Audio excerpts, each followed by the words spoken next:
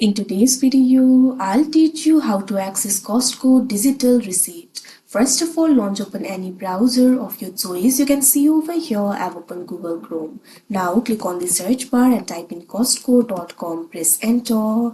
After you do that, you'll be led to the official website of Costco. Initially, you'll be led to this kind of interface. Make sure you're logged into your account. So if you want to find the digital receipt, it is actually very simple. What you have to do is simply look right over here on your screen. You'll be able to find this option for orders and returns. Click on it.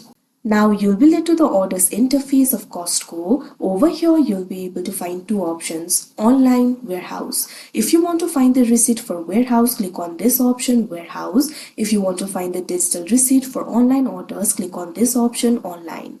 Now after you do that, you can see over here you'll also be able to select the time period. Simply click on the field of time period. Now what you have to do is simply click on the option of your choice. Right now I do not have any orders, but what you have to do is simply find the order that you would like to find the digital receipt for. Once you do that, what you have to do is simply find the option for receipt in that particular order.